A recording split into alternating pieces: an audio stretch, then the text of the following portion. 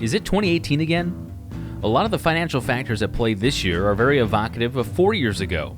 So much so, in fact, that Mitch, DeWitt, and Nate Condon thought about just reposting a 2018 market commentary episode of Gimme Some Truth titled, Should We Be Freaking Out Right Now? Instead, we thought it was a better idea to mix in some snippets of that episode with a fresh recording with Mitch, Nate, and Polly Price. They cover the similarities in the housing market, yield curve, and interest rates, and once again pose the question, should we be freaking out right now? It's time for some truth. Welcome back to Give Me Some Truth. We have a kind of an interesting crew here in the booth today. We have Mitch and Polly and Dan. Dan's not mic'd, so he'll be just running the ones and the twos, as they say. We're in the middle of a market downturn that Mitch literally started the beginning of this year. Yeah. I mean, it's pretty fair to say, right? And so what we were thinking about was the idea of perspective and how it is very easy in times like this to pretty quickly lose perspective in terms of kind of what is normal in the market, the idea of, this time it's different. I mean, all of those things kind of speak to the idea of perspective. And so Mitch and I were talking about this, and we actually went back into the archives of Give Me Some Truth, which I think, Danny, give me a hand motion here. Our oldest podcast, 2016, 2017 is when it started. So in 2018, we did a podcast, and it was titled, Mitch, help me out. It was titled, hold on, I have it here. Should we be freaking out right now? Right. And so to help everybody remember where we were at in 2018, the market had a good start to the year and then went through some pain toward the end of the year and actually finished the year down 6.24% off of, bear with me, macro trends. Dan will put this on in the final version of the podcast, the chart for everybody to be able to see. But we did a podcast at that time because the market had, other than a negative less than 1% year, had been up for more or less 8 years straight. By that point, 9 years straight. Other than that one less than 1% down year. And so we kind of centered around the idea of should people be freaking out? And obviously that's a kind of a tongue-in-cheek title, but we really wanted to speak to kind of what was happening at that time. So Mitch and I went back yesterday and listened to that podcast, and it was very interesting, the parallels to what we have today. I think we were almost a little surprised at how many parallels there were. Right. Where you and I are listening to this thing, kind of shaking our heads, wow, like this is kind of the same. Oh, that's kind of the same. Now it's not exactly the same, right? There are some macro trends that are very different here in 2022 compared to 2018, but some of the similarities are Fed raising interest rates. That was one of the big ones. We talked about the housing market slowing down a little bit, which we're starting to see a little bit here. And then the other big one was yield curve, inverted yield curve. So those are some of the themes that we saw that were strikingly similar to where we are now in 2022. I mean, you could have taken some of those snippets and put them directly in this, and it would have been seamless. Like it was like verbatim what you probably are going to say today, to some aspect. At one point, Nate and I were actually like, wait, do we just like repost this? Yeah. See if anyone notices? Right. So the idea today literally was we're going to take some of the snippets from 2018, and if you want, this is still available on the website if you want to go back and listen to the podcast in 2018, it's in its entirety. That was me, Clint, and Mitch in that one. But we took some snippets, and we're going to have Dan play these snippets while we discuss them because I think this really helps people to understand the idea of perspective, because as Polly alluded to, I mean, we could almost have just kind of verbatim put that into today's podcast, and it would be accurate. And so to the idea that history doesn't repeat itself, it rhymes, right? So maybe it's not exactly the same as it was, but to Mitch's point, the macro trends are very similar. Dan, why don't you hit the first one? So this is Clint talking about interest rates in 2018, toward the end of 2018, and what the Fed was doing. Yeah, and then also you look at, okay, the Fed is raising interest rates. Commonly speaking, when interest rates go up and they go up rather quickly, that tends to slow the economy down, and there is some intention of the Fed not to overheat the economy. So the Fed's kind of turning the screws a little bit to do that. Mitch, thoughts on that comment? My thoughts are that sounds familiar. Right? Yeah, we've seen a lot of interest rates increasing, and then now the big talk and some of the buzzwords you see in the headlines are we going to see the Fed engineer a soft landing or a hard landing, right? And it's all related to Clint's comments that we just played there on raising interest rates, right, which then can cool an economy a little bit.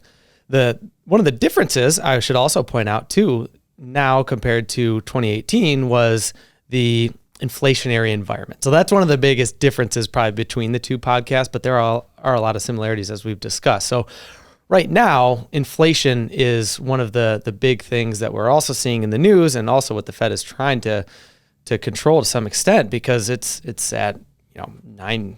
I don't know what it is currently if you go over year over year here, but 9% we'll call it, right? That's way higher than we've seen over the last decade plus at this point. So yes, the Fed's raising interest rates, but some of the trickle-down effects are the same, but I think the reason is slightly different maybe than in 2018 compared to now in 2022. Yeah, and I think that obviously it's different, but to the extent that it's has similarities, I think is pretty. It's hard to avoid the fact that it has some pretty stark similarities. Well, and how it impacts portfolios too. Right. That some of those things are going to be pretty dang similar, right? What do bonds do when interest rates go up? They react inversely. So things like that are going to be very similar when it comes to portfolios and people's accounts. Yeah, and I think it has the effect is beyond. And speaking to inflation specifically and kind of losing perspective, I think that we can all understand examples of where inflation has affected our lives, even if we to a direct level, right, where we look at it and the grocery store or the Target or wherever we all go, it's just it has that multiplier effect on our lives, and it's something we haven't seen in a long time. And I think that's we were talking about it this morning. Polly, you probably get sick of me hearing about it. I check the mortgage rates every morning. That's a pretty stark change to where we were at the beginning of the year. Mm-hmm. Just seeing it, and obviously that makes it more expensive for people to buy homes. And I think that's the hard part about understanding how to react to a market like this is not really understanding where it's potentially going to go, and wanting to know what tomorrow is going to bring today, which we obviously never know. And I think that's speaks to the perspective aspect of it, and the fact that we had this conversation in 2018. The world didn't end. The world didn't crack in half. But yet here we are in 2022 with very similar ideas, and it's having similar reactions. Yeah, and if we were to have a mortgage lender in here, for example, or even a real estate agent, for example, as a guest, they would definitely be able to relate to how the housing market has cooled as a byproduct of rates going up. I mean, you said 7% is what you saw for UW Credit Union today? This morning, and I'm not calling them out. I mean, other credit unions in the area are in the same boat. But yeah, I mean, we're UW this morning was at 7. I mean, that's January of this year, the 30-year fixed was at about 3. Yeah. Well, earlier this year, I bought a home. Granted, I did an adjustable rate mortgage, but even that alone, that was locked in at 4. Like, how crazy is that? For a 7-year, and and can't get that now, right? Surely. And I've only been in the house for how long have I been in the house? 2 months? Isn't that crazy? 3 months? 2 months? Something like that. That just speaks to how quickly some of these things can accelerate and how quickly things can evolve, right? Especially when the Fed they're continuing to increase rates, and they've indicated no reason to slow down in its current state. So Polly, you're newer to this industry, so I'm curious as to your opinion on this. Because for somebody that's newer to the industry, and not that you didn't pay attention to finance and things like that prior to this world, but when you specifically see the market do what it's done this year, I mean, what are the emotions that you have? What does it mean to you when you see something like this happen? I think, I mean, working here too is helpful in the sense that like that is our job in this firm, is to be calmer in this type of environment. So I pay attention to it obviously a lot more now than I would have 2 years ago. Sure. But if I had paid attention to it 2 years ago and not have been working at this firm, I surely would have been more stressed is the word, concerned, just not as calm or understand as much that like this Sure. is, what can happen, and there, that's okay. Yeah, I look at it sometimes like from an outsider's perspective in that sense of like, that's what the value that our firm brings, right? Like it someone who 2 years ago, knew a lot less about, the financial markets than I do now, it would have been very beneficial for someone like me to have, a team like this. That's what this is a great place to be for helping explain what's going on right now. So interestingly enough, at lunch last week, I want to say it was in one of those days where the markets were all red, everything was red, didn't matter which market you were looking at. And at lunch, I had a conversation with somebody, and they said, are people freaking out right now? And they asked me that question directly and said, there's a couple calls that you might get in these types of down days or down weeks or down months, or in this case, a down year, right? There's always going to be a handful of calls. And then I said, here's how I handle the call. And you just kind of talk them through it, give them a reminder, give them some perspective, some context. And then that gentleman who I was having lunch with simply responded, well, you did your job today.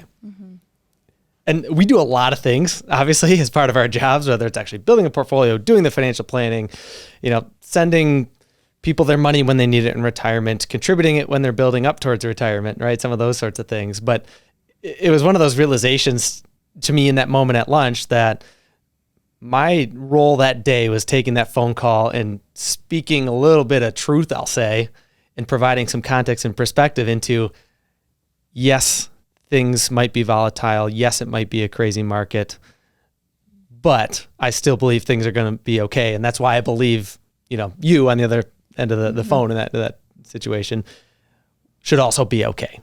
Right.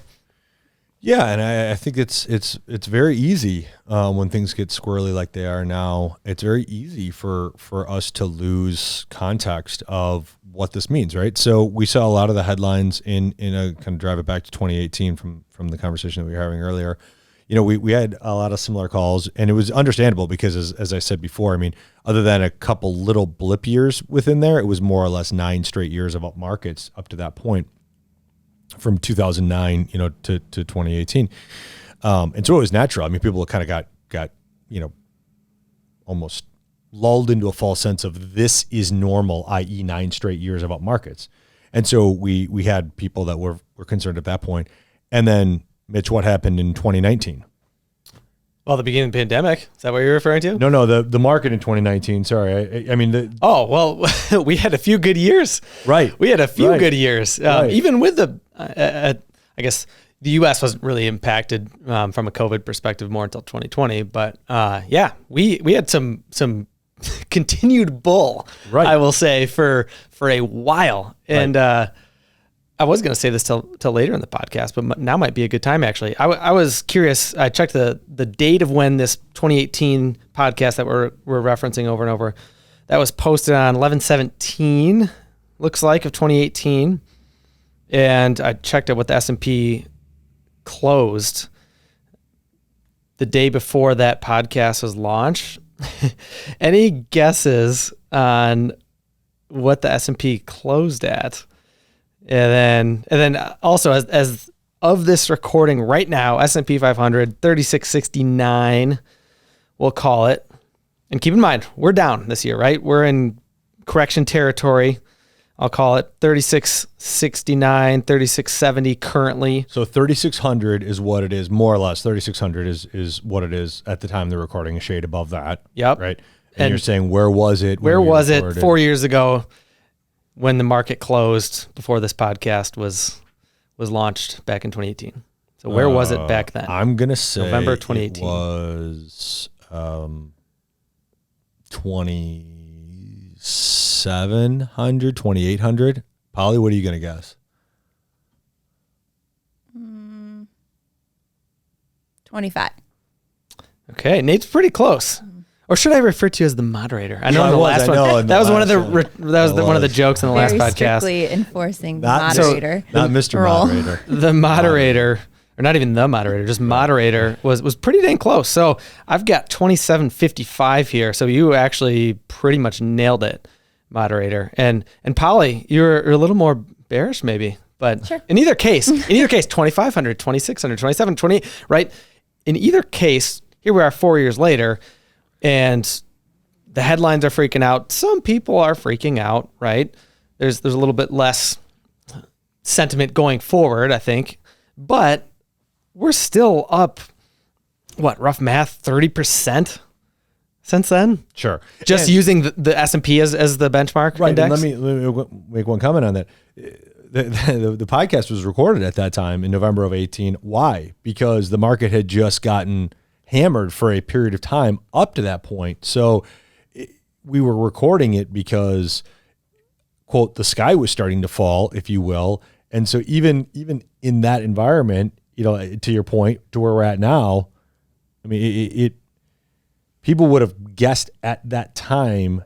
If you said, where will we be in 4 years? I doubt very many people would have said we'd be at 3,600. Especially if we had the crystal ball and said, and oh, by the way, we're going to shut down the global economy we're going to have during, a pandemic. Right. during COVID and a global pandemic. Right. And then, there's going to be an additional, Right. however percent down. We saw that, 40% crash. Right. I don't know what it actually was, but. And I think the message that we want people to walk away with today is just the idea that normal within the markets is defined as, at least for me, it's defined as a certain point within the ever following cyclical nature of the market. In other words, I think people think about normal as a point in time, right? And I think that that's wrong. It's normal in the market is only defined or described by where it's at within its cycle, meaning it's ever moving. It's not. So the idea that something is going to stay normal, I think the problem with that phrase is that it gives the idea of consistency, right? Or a period of, okay, normal means that it's going to be predictable, right? For a period of time. That's not how this works, right? The market is forever in a, running up, topping out, falling back down, bottoming, rising back up, topping out. It's never not on that roller coaster. And so this idea that there'll be a period of time when it's flat and that will be the normal time, I think it's a very dangerous thought for people to have when they think about the market, because I think it seeds this idea that at some point we're going to get into the stretch where we can just kind of bank on the fact that it's going to give us nice consistent returns for X number of years. That's just not how this works. Similarly, what we're not saying by comparing back to where the S&P 500 was in November of 18 compared to now, I'm also not saying that, just because we're up 30+%, we'll call it, in that period of time. I'm also not saying, over the next 4 years, we'll be up another 30%. We could be down more. Right. I mean, look what happened between 99 and 2008, or, 98, 99, 2008, 2009. We're not then. I mean, so we're not necessarily saying, in the next 4 years that we're just going to see this thing rebound and recover and we're going to be up another 30%. That would be great. I mean, clients' portfolios would be great. Our personal portfolios would be great. But that's also not what we're trying to do by going through this exercise as well, to the point of a roller coaster, right? It can and will be a roller coaster to some extent. That's how the stock market generally works. Right. Polly, speak to a little bit of the idea of how the erratic behavior of a market, how that ties to somebody's overall time frame within their investments, right? In other words, if somebody has a 15 or 20 or 25 year time frame, I mean, in a way, does it really matter what's happening today or tomorrow or next week in the market? I mean, kind of speak a little bit to how that how at least you see it, right? Because that's your Yeah. time frame, right? I mean, you're not 5 years away from retirement, sure. right? You've got a little ways to go. And so, I mean, what is it, how do you see it when it comes to how time frame plays into what's happening in any given day in the market? I mean, it's one of the biggest aspects of investing, right? It's one of Right. the most important things is like time in the market, not timing the market. You have time, like you have time. Even if I had a 5-year time horizon, I'm not taking all my money out in 5 years. That's not the goal, right? Right. You're keeping your money in to keep it invested for that reason. I mean, you need to get comfortable with the discomfort of the ups and downs because it's just going to happen. And Right. I think that's a great phrase. You need to be comfortable with the discomfort. I like that. I like it. I like that a lot.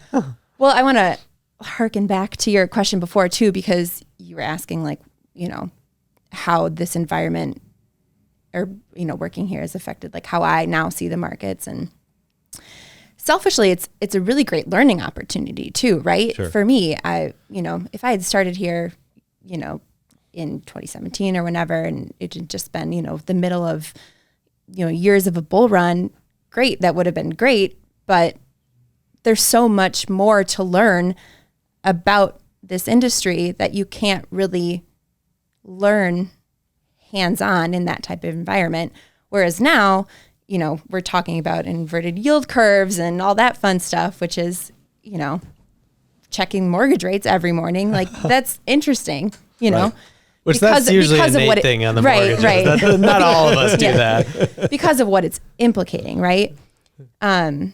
So, I'm an eternal optimist, I like to think. So it's easy for me to look at this type of situation and see something beneficial out of it, right? So I see a learning opportunity, but I think that's also beneficial for clients or whoever else to take this as a learning opportunity to, Sure.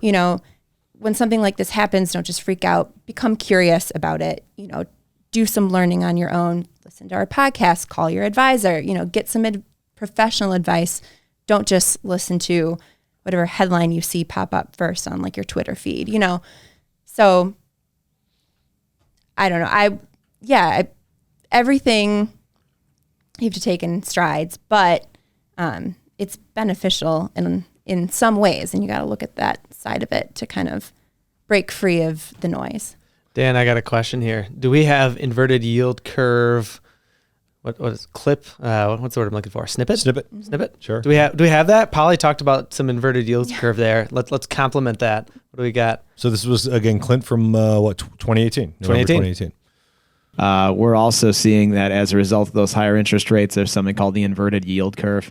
Whereas if the short-term rates become higher than the long-term rates, which hasn't happened yet, but it's close. If that does happen, that's usually a signal for recession. So those are concerning things.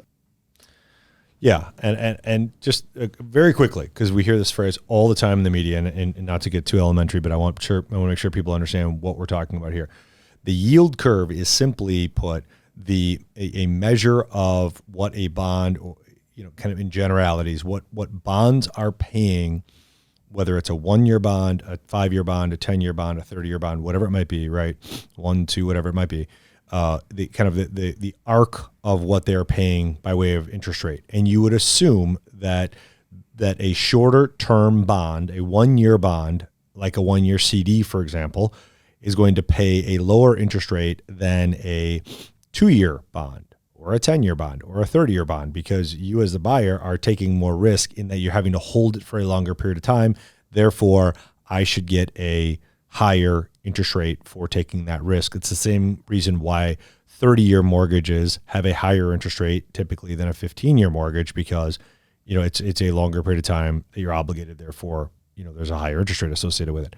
An inverted yield curve happens when our shorter duration bonds are paying a higher interest rate than our longer duration bonds. And that's what Clint was talking about in 2018. And I don't think we got there in 2018. We came very close, but I don't think we actually got inverted. We have now been inverted for what feels like months. I can't remember exactly when we went inverted. I thought it was like right before. I feel like it was right before I took the 65. I was going to say That was like July 4, right? I thought it was July like 3 or something. I thought it was like I know, I late was like, this spring, is so early topical. summer. Yeah, okay, because that's kind of what I was thinking about of when we went inverted. And it's generally considered a negative sign. It's generally considered a pretty good indicator that we're going to head into recession. And so I wanted to kind of explain that so people just understand what we're talking about when we say inverted yield curve, because that's a phrase that just gets thrown around all the time in the media. As a retired engineer, I cannot believe engineer. I cannot believe that you talked about the yield curve without a mention of x-axis or y-axis as you were describing that. To me, I'm just like, well, just describe the axis, the axes, x-axis, y-axis, boom. But you did a very nice job. Thanks, buddy. I appreciate that. Yeah, that's solid. It's the balance in my brain of objective and subjective at the same time. So, but yeah, we're there now, right? To your point. I mean, you look at a 2-year treasury note and it's paying, what do we got? Does anybody have that number? Is it paying? I think it's 4.25 or pretty darn close to that number. And that's going to be, as you're looking that up, that's a pretty short almost maturity, 4.3. short duration, safe investment, right? That's actually paying some yield right now. And I think that's a great point. So right now we're just a shade under 4.3% on the 2-year treasury, meaning that the 2-year U.S. government treasury bond is paying, again, as of, this second, 4.297. And the 10-year, right, the 10-year treasury is paying 3.95. So you have and that's considered a heavily inverted yield curve when you have 35 basis points of difference between the 2-year and the 10-year. That's a very strong inverted yield curve. And Paul, you talked about this on the Series 65 exam that you took in July and passed with flying colors. Let's all be cognizant of that. Polly said, "Somebody hold my calculator while I dominate this exam." So they talk about. No, I needed that calculator. They talk about the inverted yield curve in your exam, right? Because it's an important part about what we do in the industry. But speak more generally in terms of kind of how the media tends to kind of run with these hot button flavor of the day type ideas, and almost does so in a, I don't want to say almost does so in a scary way, because these are things that they do cause trepidation. But I think it's easy to take some of these things that are maybe not quite known as well as they should be or understood as well as they should be in the public. And it's pretty easy to write a headline that says, be scared, without literally saying be scared. How you should Just not how listen to that? Well, noise? yeah, I mean, just kind of the noise that comes out of, our 24-hour media world. Right, because it's 24 hours. I mean, when you have that constant stream of that information, yeah, it's going to, within a day, the market could do a million different things, and you're going to see all those different points reported on. But at the end of the day, you're not in the market for one day, right? You're in the market long term, like we just talked about. Hopefully that's the goal. So you need to, do your research and understand that it's not the end of the world if things are super volatile one day, because you're not pulling out all your money, hopefully, that one day. I want to go back to something you mentioned earlier, because I thought that was a great point too. You said, even if somebody had a 5-year time frame, right, it doesn't mean, does not mean that you're pulling every penny of your money on that, 5th year in one day, right? And so I think that time frame for people, when we talk about perspective in an environment like this, is very important to understand, to kind of go back to, and you've seen us do this in meetings, you've shadowed some of our meetings with clients.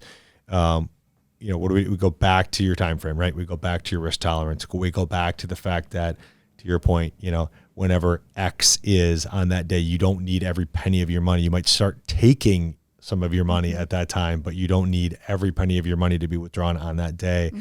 You do a lot for the firm by way of Riskalyze and our risk managing software. I'm curious, do you feel like your personal risk tolerance has changed from January 1 of 2022 to where we're at today? Yes.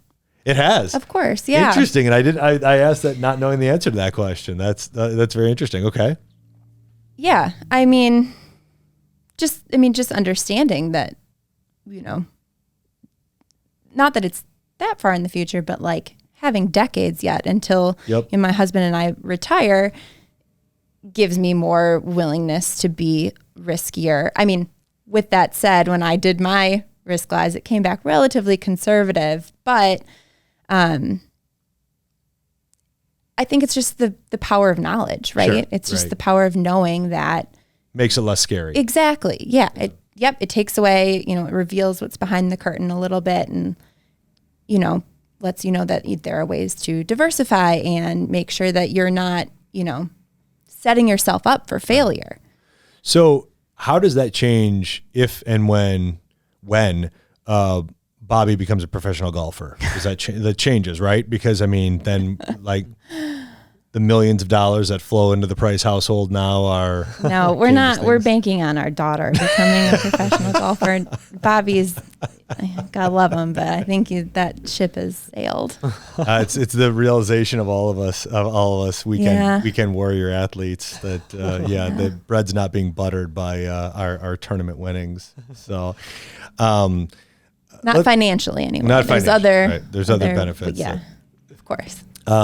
We're obviously not gonna stop talking about this topic because this is what we do. Mitch, to your point earlier of when you had lunch with the person, you said you did your job that day. This is we generally consider this. I think people need to understand this. We as financial advisors fully understand that we earn our money in these markets, right? It's not that we don't earn our money in up markets, but this is really when you can make a difference for people. And in a lot of ways, it's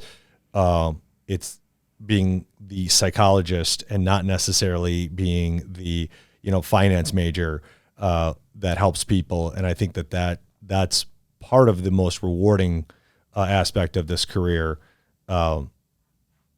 even though it happens during some pretty scary times.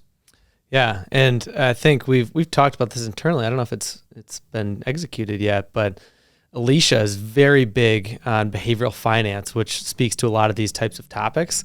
So a little foreshadow maybe of a future topic here Some that content. is tangentially related here. Yep.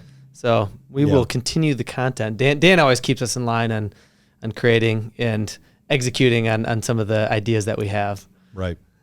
Well, and I think to wrap it up, this goes without saying, but we don't know what tomorrow's going to bring, right? We do this every day for a living. We don't know what tomorrow's going to bring. We don't know what next month's going to bring. We don't know what next year's going to bring. I mentioned to Mitch this morning, I thought it was pretty silly that a very, very large mutual fund company, a very well-respected investment company, put out their 10-year estimate as to what they think that equities are going to do over the next 10 years on average.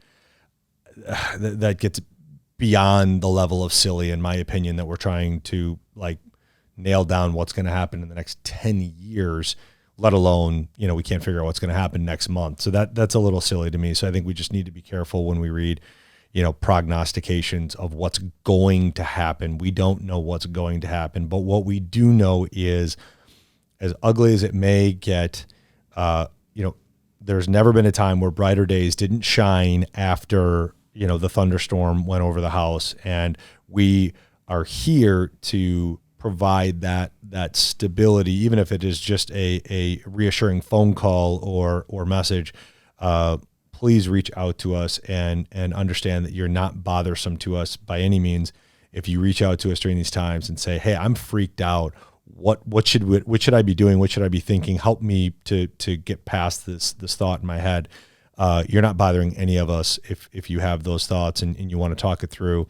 That's why we're here. And so, we'll close out by saying, if you do have the time and you have the interest and you want to go back and look at that 2018 podcast, I think it would be beneficial, if for no other reason than just the idea that, hey, it's not different this time. It never is different this time.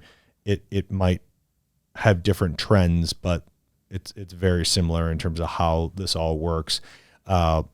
all of that said, we're here to talk you through it if that's of benefit. So we appreciate you listening, and we will be back with another episode of Give Me Some Truth in the near future. Walkner Condon Financial Advisors is a registered investment advisor with the SEC. Registration with the SEC does not imply a certain level of skill or training. The opinions expressed by the participants of this podcast are their own and do not reflect the opinions of Walkner Condon Financial Advisors. All statements and opinions expressed are based upon information considered reliable, although it should not be relied upon as such. Any statements or opinions are subject to change without notice. Information presented is for educational purposes only and does not intend to make an offer or solicitation for the sale or purchase of any specific securities, investments, or investment strategies. Investments involve risk and, unless otherwise stated, are not guaranteed. Information expressed does not take into account your specific situation or objectives and is not intended as recommendations appropriate for any individual. Listeners are encouraged to seek advice from a qualified tax, legal, or investment advisor to determine whether any information presented may be suitable for their specific situation. Past performance is not indicative of future performance. Thanks for listening, and for further information, please visit walknercondon.com.